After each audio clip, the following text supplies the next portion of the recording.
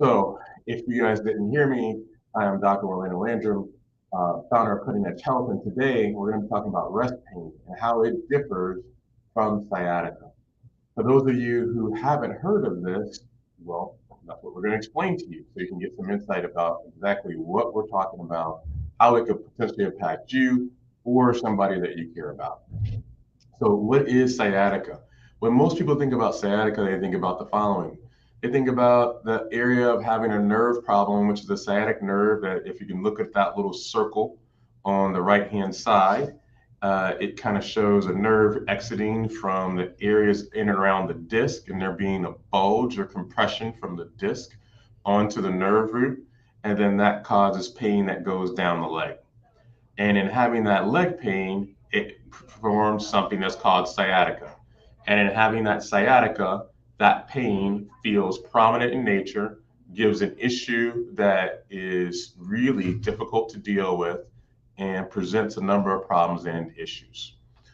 This is different from rest pain. So, rest pain is not caused by a nerve. We're going to explain that in depth and detail. For those of you who are joining us, by all means, please, if you have questions, hit the comment button, and we'll be happy to kind of like give you some insight about whatever questions or comments that you have.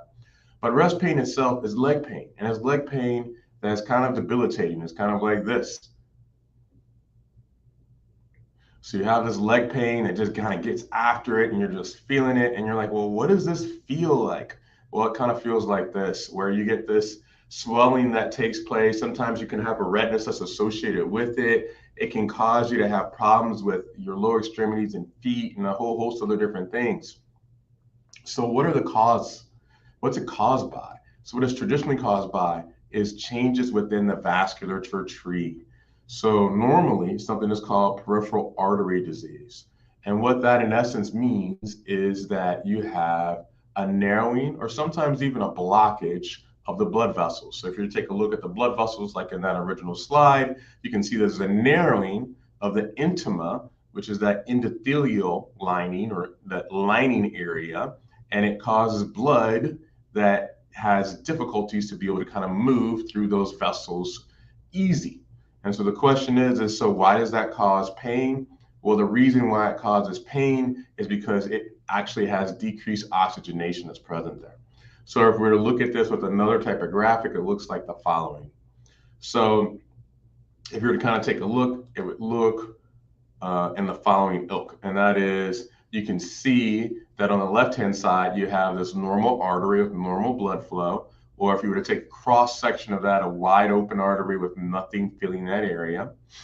Or if you were to take a look on the right-hand side of the same pictorial representation, you can see what's called an atherosclerotic artery, meaning it's filled in by this other area of plaque that's in place that narrows that artery's vessel and decreases blood flow. And like I said before, oxygenation. So what happens when something like that occurs? Well, it can cause a whole host of different problems, but specifically something that's called rest pain. And what does that mean? Is so for instance, if we were to take a look at this cartoon, you can kind of see it. You have severe pain when you might be laying just flat with the leg straight across. But then when you let the leg droop down, i.e. it's gravity dependent, you can get increased blood flow because gravity helps pull that blood down into the area through the artery that normally would be narrowed and is difficult to pump through. So now you can be able to get better flow into the leg and actually be able to get improved pain relief. So for many people that have this peripheral artery disease and ischemic pain, they just have all kinds of challenges with being able to walk, almost kind of like some of our animal friends that look like this, where they're struggling to try to be able to get up and get out, right? And so if you're having that kind of challenge of being able to really kind of get about and be able to do the things that you want to be able to do, it could be that you potentially have some peripheral artery disease. So what are some of the symptoms of that? So some of the symptoms are as follows. You could have that your legs tire, but they sometimes improve with rest, that you can have cramps, which make it hard and difficult to walk, that you can't walk far, and sometimes that you could have wounds that don't heal well. And I think I have a number of different individuals that are kind of taking a look at this, and they're like, well, hey, maybe that might sound a little bit like them. And I understand that that might be the case. That's one of the reasons why we're talking about this, so that people can be able to understand different problems. Sometimes we focus on it just being a joint or muscle or nerve issue. And what we hope to do at Cutting Edge Health is to be broader than that, so that patients can understand their health problems in a much bigger sense and much larger sense, and that we can kind of put some things that we identify within one bucket, maybe into a broader bucket, so we can give you the best outcome we possibly can. Okay. Oh, apparently we got jokes. Said, no, I resemble the giraffe. Okay, and so then there's another question that comes forth. Is that what causes Raynaud's or even CRPS1? So those are different things. So Raynaud's and complex regional pain syndrome type 1 are all completely different than rest pain and peripheral artery disease. So kind of like, those are good questions. So let me kind of deal with the peripheral artery disease and the others. So Raynaud's is more of a rheumatologic condition that can be fluctuant in nature and typically is associated with changes in temperature that can cause the narrowing to occur from vasoconstriction, right? this is there's narrowing present within the endoluminal component, typically through an atherosclerotic plaque. So that normally you don't have good blood flow more because of structure than necessarily physiology, right? And so there are different ways to try and treat that. We're going to talk about it. The most common type of way is to see if you can be able to do, a clean out procedure or a stenting type procedure. But sometimes those aren't always, a potential option. So how frequently does this actually occur? Well, it actually occurs in about 1 in 8 adults who are older than 60. So it's quite a few that can be able to have this particular problem and give them some degree of issue. So it's not like this is something that's kind of like a little bit. So how can we be able to clarify this? Well, there's a couple of different ways to deal with it, but one of the ways to be able to kind of look to get some clarity about it is something that's called an ABI. So again, ABI. What does that stand for? It stands for ankle brachial index. So basically, you're going to do a blood pressure cuff at the ankle, as you can see in this pictorial representation, and blood pressure cuff and figuring out a pressure that's present at the brachial artery, which is going to be present in the arm. We're going to compare those differences. So if you wanted a paper, as you guys know, we're really aggressive with science and be able to give you references so you can see it for yourself. One of the papers, there's a paper in circulation that's from almost 10 years or so ago that was in December 2012 that looks at the measure and interpretation of ankle brachial index from the American Heart Association. Shows a number of different things, but at the end of the day, one of the things that you want to do is kind of see if it truly is peripheral artery disease, that you're normally going to have diminished pulses, particularly in the feet. If you have peripheral neuropathy, you don't necessarily have a decrease in your pulses. And those are going to be the ways you sometimes distinguish between it being a nerve problem versus it being an artery problem. In edema, you also can have a decrease in pulse strength as well. And sometimes those things are kind of associated well, closely together. So taking a look at that ankle brachial index in a different way, you can be able to say that's one, assess and evaluate. Let's assess and evaluate the context of what the pulse feels like, and then be able to take a look at what the feet and lower legs look like to see if they have edema or things along those lines, and then be able to take a look at that ankle brachial index to get clarity about if there are problems and issues that are giving us issues that need to be assessed and addressed. Okay. Okay, I think that there might be another question or comment coming through. No sound. Can you hear me currently? Yes? How about now?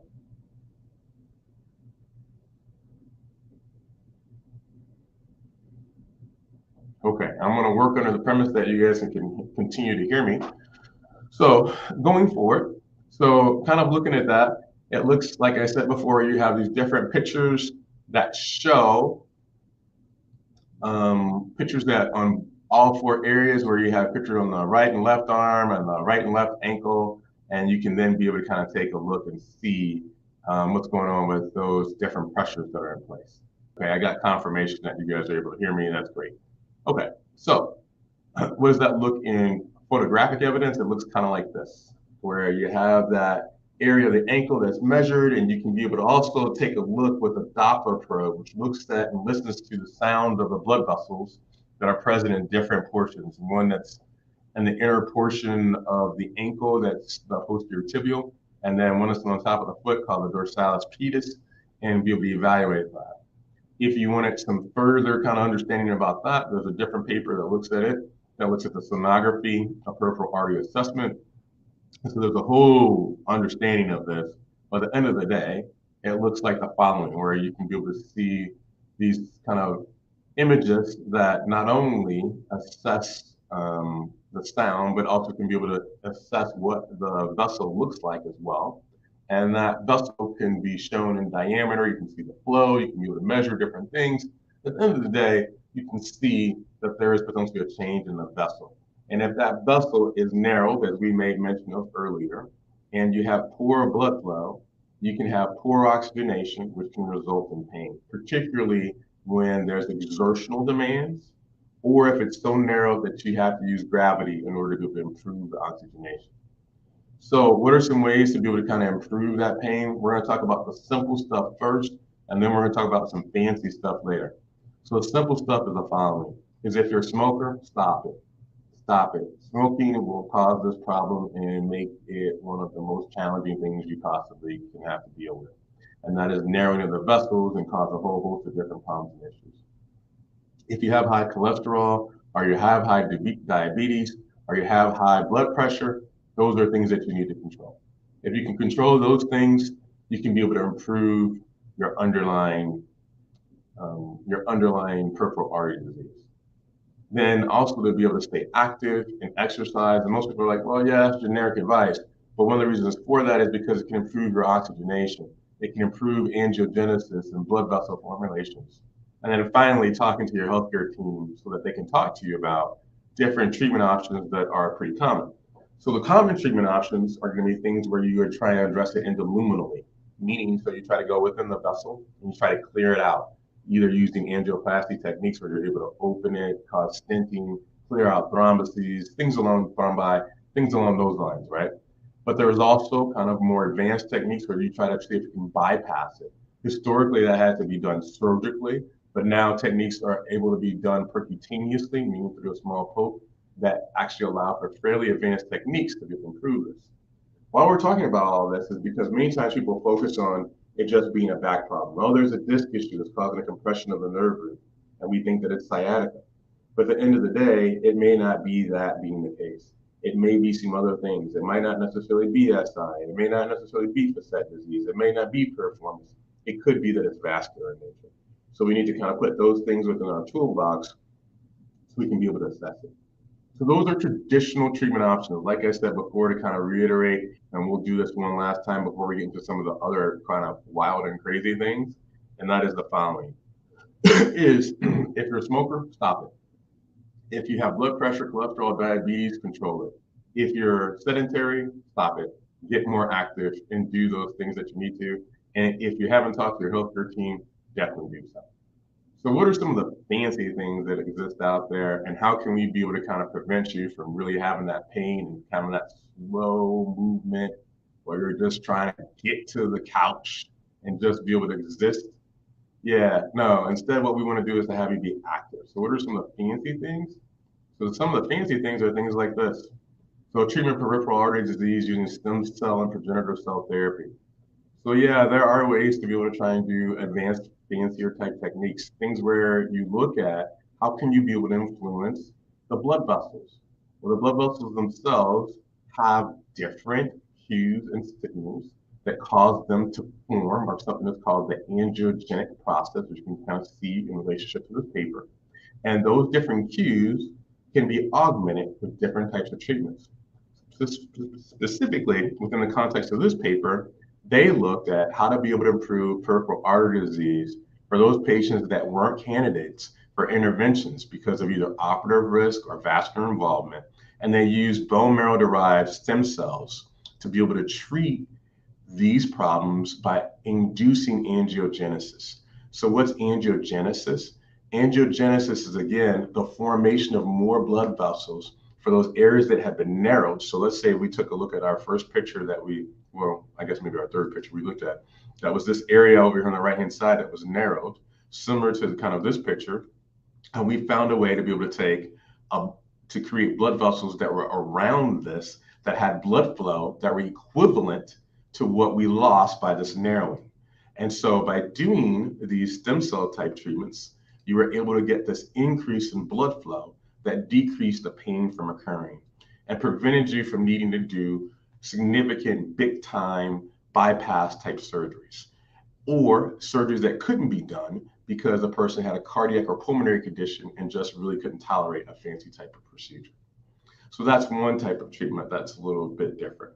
For those of you who are a little bit squeamish, you may not want to look at this next option because it is a little bit medicinal, but it's old school medicinal. and that is a treatment improving symptoms of peripheral artery disease using herudotherapy. And full disclosure, when I first saw this herudotherapy, I was like, oh, wow, this reminds me of some of the basic science research I did when I was an undergrad. And so what were those doing? Turn your eyes if you got a squeamish stomach. This is not going to be something for you. I'm telling you. You got 5 seconds to kind of like avert your eyes. 5, 4, 3, 2, 1. So herudotherapy is using that of leeches to really be able to get in and improve some of the problems with blood flow. So this particular study looked at the application of leeches to the foot. It was twice a day for 5 days a week, and they did this, I wanted to say, for 6 days. And you can see that this patient had leeches placed to the foot, which then caused a resolution of the swelling and poor blood flow to end up looking something like this. So after 6 months of therapy, an improvement, no need for amputation, and improved blood flow. Is this a proper treatment for everyone? Of course not. But could it be something that might be utilized either by using what's within the constituent of the leech's saliva to be able to improve this? Perhaps. So some really kind of interesting, little kind of wild and kind of crazy type treatment options that are out there. Okay. Other things that exist are things like the following, which is really kind of wild and crazy, and that is using cocoa to improve walking performance in older people with peripheral artery disease. Yes, like cocoa that you drink, right? And so this study looked at being able to utilize dark chocolate to be able to improve the elements of something that's called mitochondrial COX, which is cytochrome, right, or cytochrome C oxygenase. And those things were able to improve capillary or small blood vessel density, improve calf muscle perfusion, meaning improving blood flow to the area, and we're able to improve overall cellular function. So really cool things by using dark chocolates. And people would say, well, how is that happening? What's happening because there's something within cocoa, particularly dark chocolate, that has something that's called flavonols. We've talked about it in other talks, but those constituents are able to be able to improve limb perfusion, and significantly so statistically significantly enough, that it improves skeletal muscle measures, including mitochondrial activity, and as mentioned before, capillary abundance, meaning increased blood flow. So those things are pretty darn cool when you look at it. What most people would say is, so is that all cocoa? Can we just drink cocoa all day? We've heard about it for green tea and other things, but no, it's different than that. So it's definitely dark chocolate is what they were able to kind of distinguish. It wasn't with milk chocolate or anything along those lines. It has to be a certain type of cocoa that has been utilized, and that can be able to improve the ability to walk further, to be able to have improved overall pain, and have less rest pain associated with it. But those different things, whether we're talking about stem cells or leeches or cocoa, are kind of like fanciful type things that can be utilized. There might be some further science that might be able to kind of source it. But getting back to kind of those treatment options that I mentioned before, is if you're a smoker, then you want to stop. If you have blood pressure, cholesterol, diabetes issues, you want to decrease those things. You want to figure out how to be able to be more active so you can improve angiogenesis, meaning increase blood flow naturally, and be able to decrease pain, punch it in the face, and get back to leading the life that you deserve. So I just wanted to kind of give you guys a quick tip and understanding about not all leg pain is sciatica. Sometimes it can be caused by arterial blood flow problems and issues. I want to make sure that you understand all your options so you can lead your life to the fullest. Thank you so much for joining us as always. If you found this helpful, share it with someone. If these topics are things that you find useful and you haven't subscribed to our channel, please do so, because we think we can be able to help you understand how to be able to improve your health, what are some of the cutting edge topics that are out there that not everyone presents to you, and how to really be able to punch pain in the face and get back to living the life that you deserve. Thank you so much and have a great day.